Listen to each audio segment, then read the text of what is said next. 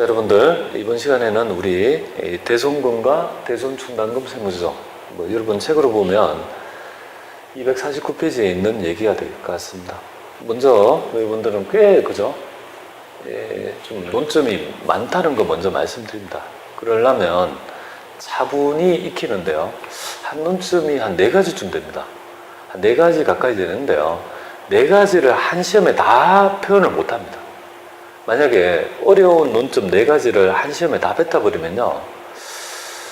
아마 점수가 6점이 아니라 12점쯤 돼야 될 것 같습니다. 그러니까 4가지 논점을 우리는 정리를 하되 그 4가지가 한꺼번에 동시 다발적으로 나타나지 않고 그 중에 한 2개 정도? 2개는 그죠? 안 내고 2개 정도 내고 뭐 이런 식으로 바꿔내면서 간다는 거. 그러니까 유형을 꽤 많이 풀어봐야 되는데요.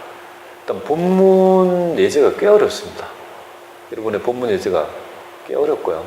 그래서 이제 그 본문 예제랑 한 2문제 정도 더 좀 쉬운 거 하여튼 여러 가지 유형 2개 정도를 더 붙여서 완벽하게 좀 이해를 할 수 있도록 합니다. 이 대손금은 그래서 여러분들이 먼저 알아야 될 점이 있습니다. 이게 뭐냐면 대손금하고 대손충당금 이렇게 나와 있는데요. 여러분들은 대손금하고 대손충당금 중에 시차적으로 뭐가 먼저 일어날까요? 대손금이 먼저 일어날까요? 대손충당금이 먼저 일어날까요? 충당금? 좋아요. 충당금은 언제 설정하죠? 기말. 대손은 언제 일어납니까? 그럼 뭐가 먼저 일어난다? 대손금이 먼저 일어난다는 걸 알 수 있습니다. 그죠? 그러니까 대손금이 먼저 1순위 먼저 일어나고 그 다음에 뭡니까? 충당금 설정은요? 그거는 기말에 일어나고 요건요? 기중에 일어난다 이렇게 보면 되겠습니다. 근데 대손금이 뭐죠? 대손금은? 대손금의 정의는 뭡니까? 맞습니다. 회수불능 채권 맞습니다. 그러니까 이 금액은 회수불능 채권이라고 얘기합니다. 근데 회수할 수 없는 채권에 나타났을 때 우리 대손에게는 어떻게 합니까? 그걸 위해서 쌓아놓죠. 충당금 잔액 범위 내에서 우선 상계하죠. 그죠? 그 말은 대손금과 대손충당금은 어떻게 했다는 거예요? 서로 연관지어진다는 거죠. 서로 영향을 주고 있다 이 말이에요. 그럼 만약에 이 부분에서 뭐가 논점이 되냐면 대손난금액도 아닌데 불구하고 대손충당금으로 이걸 상계했다면 대손회계를 했다면 이 대손충당금도 결국은 잘못된 금액이 있죠. 영향을 줘서 설정이 될 거라는 거예요. 그렇기 때문에 여러분들이 가장 먼저 해야 될 부분이 있다면 그죠? 요거 먼저 뭡니까? 얘부터 먼저 하고 그 다음에 뭡니까? 그 다음에 있죠. 2순위 쪽으로 가야 된다는 걸 우리는 꼭 좀 알아야 될 것 같습니다. 문제가 막 있으면 그 중에 우리는 가장 먼저부터 뭐부터 한다? 그죠? 대손금과 대손충당금 조정이 있으면 그 중에서 뭐부터 합니까? 대손금 있죠. 세무조정부터 먼저 한다 이거죠. 대손충당금 조정부터 할 수 있는 게 아니에요. 그러니까 대손난금을 보고 잘 했는지 못했는지를 먼저 판단하고 그 판단된 금액이 나중에 충당금 설정에 영향을 미친다는 거예요. 그죠? 그렇기 때문에 이 회수불능 채권부터 먼저 해야 되는데 굉장히 서늘하네요. 왜 커져 있죠? 뭐 에어컨을 끄는 것 같은데? 저기 좀 끌까요? 네, 꺼주세요. 거기에. 예, 꺼주세요. 네. 아마 누가 냉방을 한 모양인데. 시원한데? 여러분 추워요? 괜찮아요? 틀어놓을까요? 안 틀어도 되고? 네, 좋습니다. 시끄러워서. 그래요. 저는 왜 시원하지? 좋았는데. 시원하지.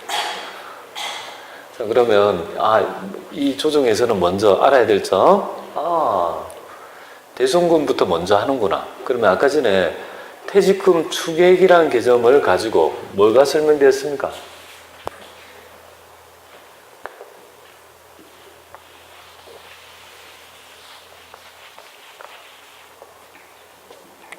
퇴직금 추계액이라는 걸 개념을 가지고 뭐가 설명됐습니까? 그죠? 여기가 퇴직금 여기가 추계액이라면 전체가 추계액이라면 먼저 어떤 조정이 일어납니까? 태충 조정이 뭡니까? 먼저 하고 그 다음에 뭡니까? 얘부터 1순위 하고 그 다음에 뭐야? 형님이 식사하고 나머지 송금산입 영역이 정해지는 거 아니에요, 그죠? 2순위가 뭐예요? 태연충 퇴직연금에 관한 세무조정이 일어나지 않습니까? 이거 똑같은 거예요. 항상 두 개가 있으면 대손금부터 우선 한다 이렇게 보면 됩니다. 자, 여기서 한번 보겠습니다. 1순위. 그럼 대손금부터 먼저 합니다. 그러면 대손금은 251페이지부터 먼저 볼게요. 책에는 지금 대손금이란 하면서 뭐 나타나는데 필요 없고요. 251페이지에 대손금이라고 되어 있죠. 걔부터 먼저 체크합니다. 자, 대손금의 정의 회수 불능채권입니다. 회수할 수 없는 채권. 근데 이거는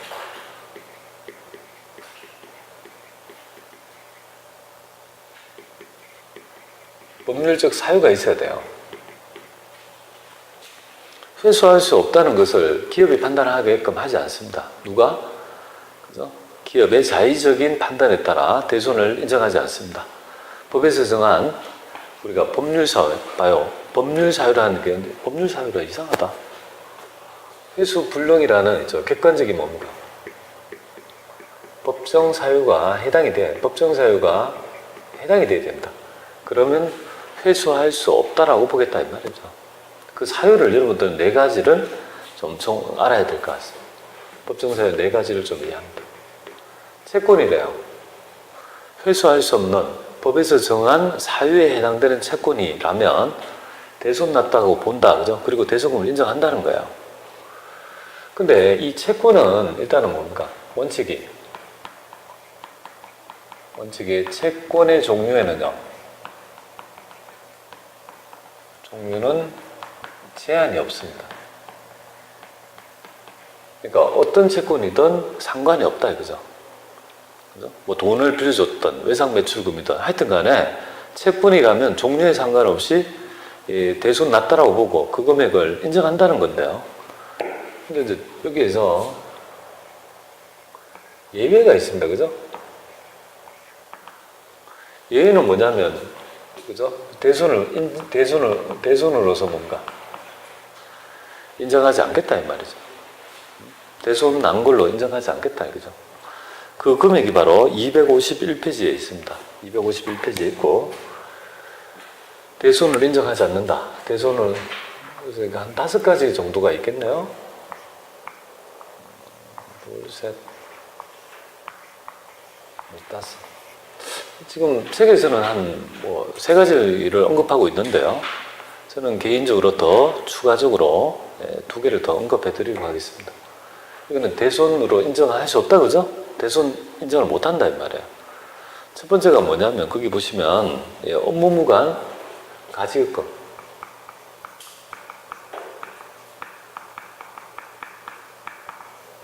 업무와 관계없는, 업무무관 가지급금은 이거 인정하지 않습니다. 업무와 관계없는 가지급금. 이거는 왜 인정하지 않을까요? 특수관계자의 정의는 우리 법인과 이해관계가 있는 우리 계열회사나 할지 이렇게 임직원을 얘기하는데요. 돈을 빌려줄 수 있어요. 그죠? 특수관계자의 업무무관, 업무와 관계없이 돈을 빌려준 경우가 있습니다. 자, 그런 경우에는 얘는 짜고 칠 수 있는 고스톱을 할 수 있는 거예요. 자, 돈을 대표이사한테 1,000억 빌려줬습니다. 그리고 대표이사가 먹고 튀었대요. 1,000억을 그죠? 못 받게 되었다고. 그럼 채권이잖아요, 그죠? 그걸 인정해주면 어떻게 됩니까? 1,000억에 대해서 뭡니까? 이 대손금과 대손충당금의 의미는 뭐냐면 이걸 송금을 인정해준다는 말이거든요. 지금 대손금, 그죠? 대손난금액을 인정해준다는 거잖아요, 그죠? 그러면 이렇게 하면 유인이 생기죠. 어떤 유인? 대표이사한테, 그죠? 그런 가장에서 이상성 있는 행위를 할 수 있도록, 그죠? 조장할 염려가 있습니다. 왜 사람들은 그렇게 하느냐면 1,000억이면 법인세가 약 얼마 됩니까?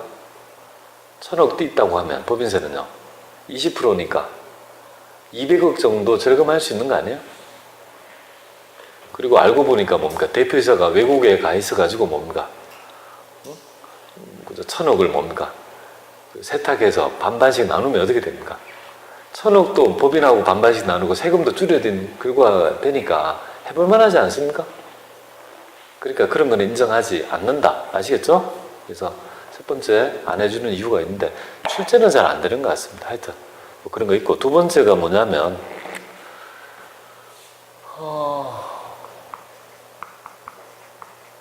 보증에 따른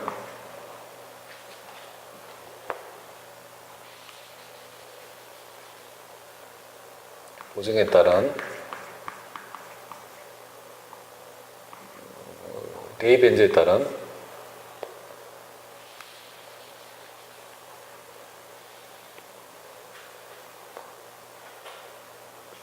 보증에 따른 대입변제 구상채권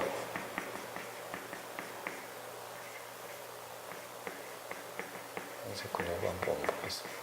말이 어렵는데 출제가 잘 가끔 한 번씩 되니까 말씀드립니다. 얘도 얘하고 똑같습니다. 똑같은 개념이에요. 말이 좀 어렵죠, 그죠? 보증의 구상채권, 보증에 따른 구상채권에 뭐냐면 우리 법인이 다른 법인에 보증을 쓰는 거야. 상대방이 법인이 갚지 않으면 얘가 안 갚으면 우리가 대신 갚아주는 거죠. 그럼 이 1,000억을 그죠? 안 갚는다고 배를 째라고 해서 도망갔다고 가정해봐요. 그럼 우리는요, 돈을 1,000억을 그죠? 보증을 쓴 업자한테 돈을 줘야 될 거 아니에요? 그럼 돈을 갚았다 가정할게요. 그러면 어떤 법률 관계가 형성되냐면 먹고 튄 자하고 그죠? 우리 회사가 보증에 따라 대신 대입변제 돈을 갚아줬죠? 그럼 나는 돈을 대신 갚아줬지만 어떤 법률 관계가 형성되냐면 먹고 튄 애한테 돈을 받을 수 있는 권리가 생기는 거야. 그게 구상채권이야. 이거 이상성이 없이 이렇게 합니까? 보증을 씁니까? 그죠? 짜고 치는 고스톱을 안 하면 이걸 그죠? 할 리가 없다고 보는 거야. 그래서 이게 얘도 인정해주지 않는다 이렇게 보면 돼요. 자, 세 번째가 바로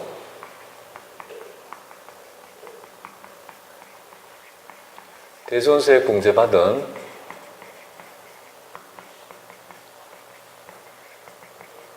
매출세액 미수금 이렇게 보겠습니다. 자, 이거는 뭐냐면 이 얘기예요. 우리가 대손수익 공제 받으면 미래에서 받을 수 있는 권리가 생성되잖아요, 그죠? 그러면 확정이 되어가지고 대손수익 공제 받는다. 그러면 내가 연도말 현재 있죠, 미수금이라고 될 거 아니에요, 그죠? 그죠? 그래서 그런 것들에 대해서 미수금도 채권이잖아요. 이런 것들은 안 해주겠다, 그죠? 왜 안 해줄까요? 얘는 채권을 맞잖아요, 그죠? 미수금. 근데 얘가 띄인 겁니까? 돈 띄었습니까? 미수금이지만 얘는요, 대손세 공제 받아가지고 아직 집행이 안 됐다 뿐이지 뭡니까? 대손난 게 아니죠, 그죠? 그래서 이만큼은 나중에 공제를 받을 거니까 대손난 게 아니라고 봐서 뭡니까? 이런 미수금이라는 채권이 있더라도 안 해주겠다. 여기 세 개가 우리 법에서 있는 부분이에요.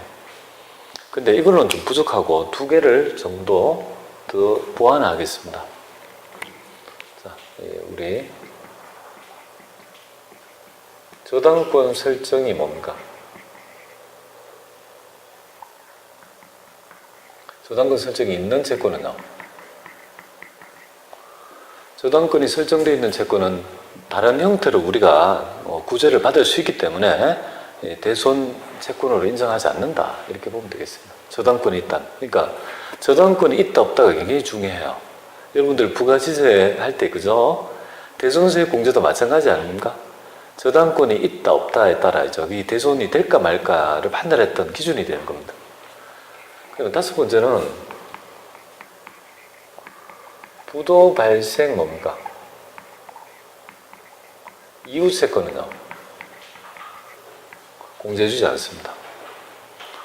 부도 발생 이유라면, 이 말은 부도가 났는데 채권이다? 그러니까 부도가 났는데 공제를 줬다 이 말이잖아요, 그죠? 그거는 범의 아가리에 나의 목을 들이미는 거와 마찬가지죠. 아니 부도 나가지고 난리치는 회사에 공짜가 아니라 외상으로 줬다? 그 말이 되겠습니까? 그러니까 부도 발생 이후에 뭡니까? 채권은요. 인정하지 않는다. 그러니까 대손 낭배를 인정하려면요. 부도 발생 이전 채권에 국한한다는 개념. 그 개념을 좀 알면 좋을 것 같습니다. 자, 일단 요까지를 일단 아셔야 돼요. 회수불능, 그죠? 예, 부분이 예외가 되겠습니다. 그 다음에 이제 결국은 법정 사유에 해당이 되는데요. 여기 이제 이 두 개가 공이 있죠. 알아야 될 점은 대손을 인정하는 대손 시기가 굉장히 중요하죠. 그죠? 대손 시기가. 대손 시기는 언제냐면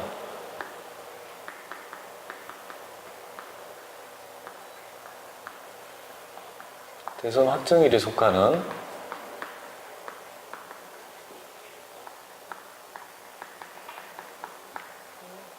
사업연도에 송금으로 인정합니다. 사업연도에 송금으로 인정한다. 이렇게 보면 되겠습니다. 자, 여기까지 해서 일단 기본적인 개념 좀 살펴봤습니다. 그래서 이제 대손금에 대한 있죠. 대손난 금액은 회수할 수 없는 채권이다. 그러면 비용세를 인정해 준다 이거죠. 언제 인정해 줍니까? 대손 확정일이 속하는 있죠. 사업연도에 송금으로 인정해 준다. 그럼 대손이 확정이 안 됐으면요. 송금이 안 된다 이거죠. 자, 그런데 이제 대손금의 정의는 회수불능 채권이고 회수불능이라는 말이 법정 사유에 해당이 되죠. 그거는 이제 지금 쉬었다가 이제 정리할 거고요. 채권에 대한 얘기를 하면서 채권의 종류에 제한은 없지만 특별한 5개의 채권에 대해서는요. 송금 인정을 해주지 않는다라고 여러분들 새기시면 좋겠습니다. 자, 좀 쉬었다가 그 다음 주제 해보겠습니다.